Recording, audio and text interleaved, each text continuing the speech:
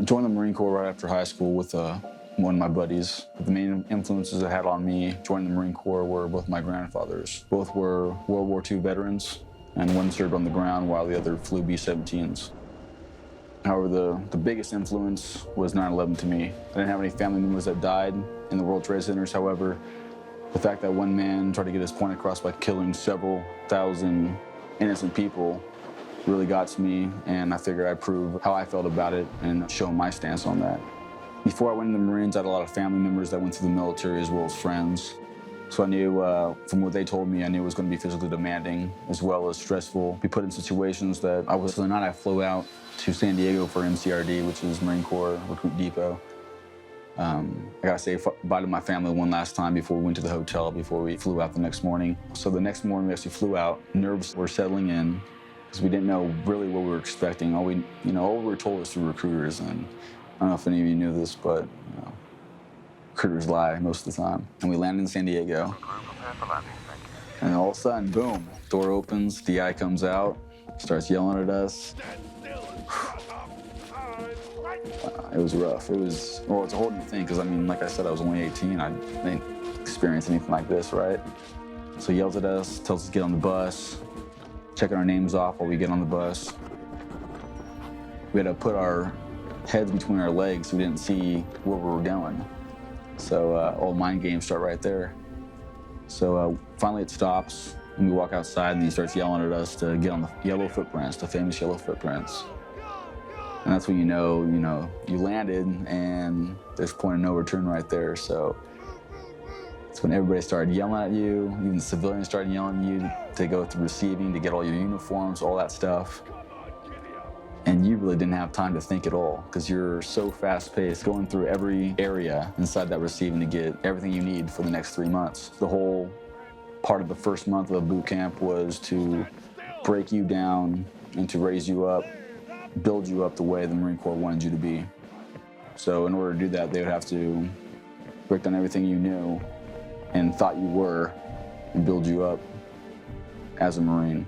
And I remember the first time I actually got a call home, and I got to talk to my mom, and it was only like a 2-minute phone call or whatnot.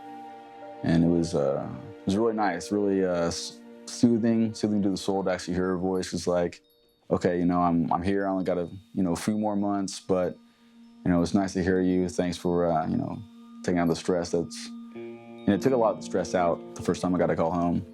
And then as we developed more and more throughout boot camp, it was easier to let it go just because you're used to that. All right, so you get back and you're getting ready to graduate, and you get your uniforms all perfect so your family can see, you're a Marine, right? So day finally comes, and we all have to get out in formation. We march out to the parade deck where the whole families are. Go out there and stop right in front of the whole bleachers, and you can't pick out your families right there. There's so many people out there. So we start doing this little, speech and all that stuff before, and then boom, dismissed. So then you're, just going through the whole crowd trying to find your parents, and all of a sudden, my parents found me just like that. And it's like, hey, I'm your little boy, still here, right? I got a little choked up. Parents definitely got choked up. I saw my sister there too, and they brought down a couple of my buddies. It's overall a good day, just so relieved, so happy. It was one hell of an experience, it was pretty cool. So we get into Iraq, and it was, we did some training out in 29 Palms where it was about 110, 115 degrees, but nothing like what it was in Iraq the first day. It was 131 degrees the first day. And I remember taking off my gear, and underneath it was just sweat stains, just complete sweat all over my fatigues, everything. And it was just like, is it gonna be like this for the next 7 months? Are you kidding me? And then all the everything else came into play. You're just like, okay, I'm in the combat zone now. Okay, relax. Just focus on what you need to do. And it was a lot of nerves just because, at this time I'm 18 years old still. And, I'm out there in Ramadi, which is pretty much the hot spot of Iraq at this time. And I remember we're going, fast forward ahead a little bit, and we're doing the whole territory sweep, and we're in a convoy, and we're rolling out. And we do a sweep pretty much every other day. But there's this one car that was parked in this alleyway that we never seen before, and there was a passenger inside there. And we were pulling up behind it, and my platoon sergeant got out along with the gunny and the CO and me and my other buddy.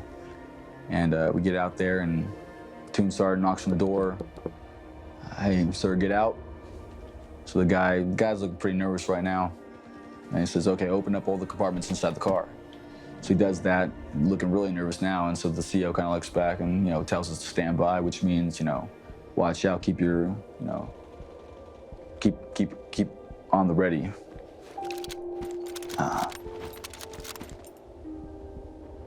So at this time, we're all kind of anxiety's pumping, adrenaline's definitely pumping. We're gonna see what's up.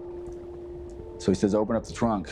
And at this point, when he says that, the guy's just kind of like shaking a little bit. So I'm walking over there, and it was just, something was up.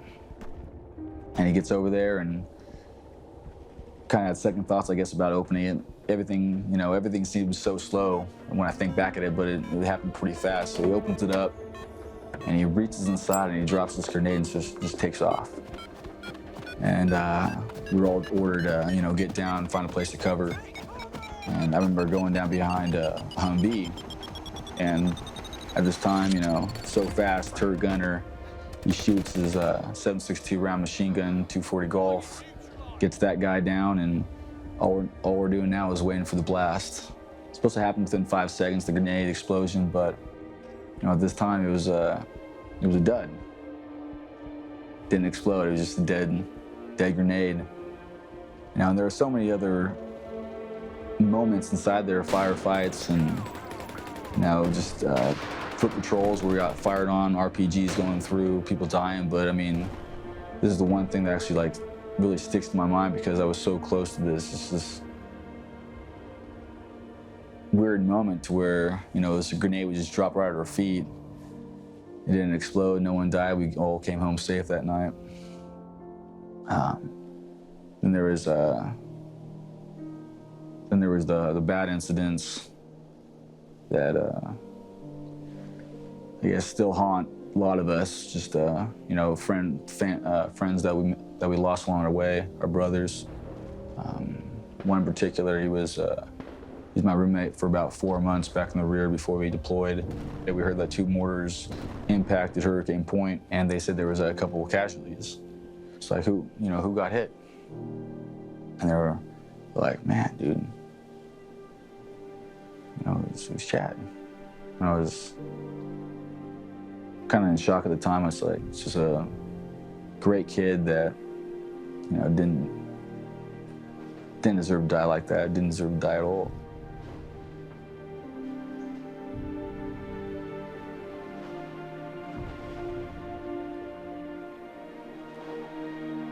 All right, so I'm coming back, transitioning back into civilian life from Iraq. PTSD hits everybody differently. It wasn't really a big thing for me. For some people it was. I remember, I was really, wasn't, afraid or anything, but whenever a loud noise went off, it was always kind of always made me jump. But a lot of my buddies, well, not a lot, just a few of my buddies had PTSD pretty bad. My buddy just recently, got diagnosed from VA with, some large number of percentage of PTSD. He used to call me all the time when he was drunk, just ask about some of our friends that passed away over there, saying why was it them and stuff like that. And it was it's always sad just to see that happen, because we couldn't. They passed. It was always hard for me to explain. Just I don't know why they passed.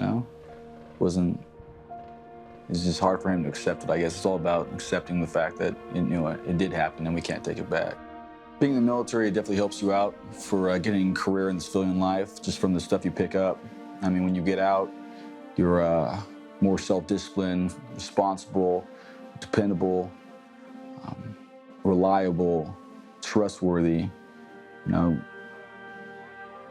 it's all about trust out there. I mean, it's all about camaraderie. I mean, if you can't trust your brother on the side, you don't have nobody watching your back while you're out there. I think that goes a long way inside, the civilian life, just because, you can say you were a Marine, that's all they need out of it. It's like, okay, good to go. Especially in the fire service, my interview right there is, I walked in and they were like, you're a Marine? In 2-5? I was, yes, sir.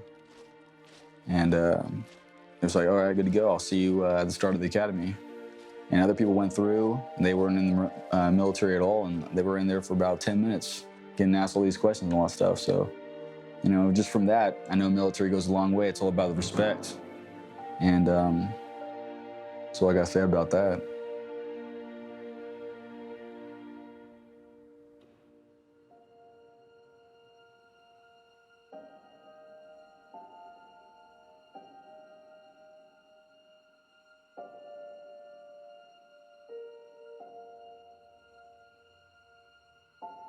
This is AR-15, similar to the M4, M16 that we used down there. This has a collapsible buttstock like the M4. 5.56 round, max effective range about 800 meters. Pretty badass. I like it. Words of wisdom, don't leave home without it.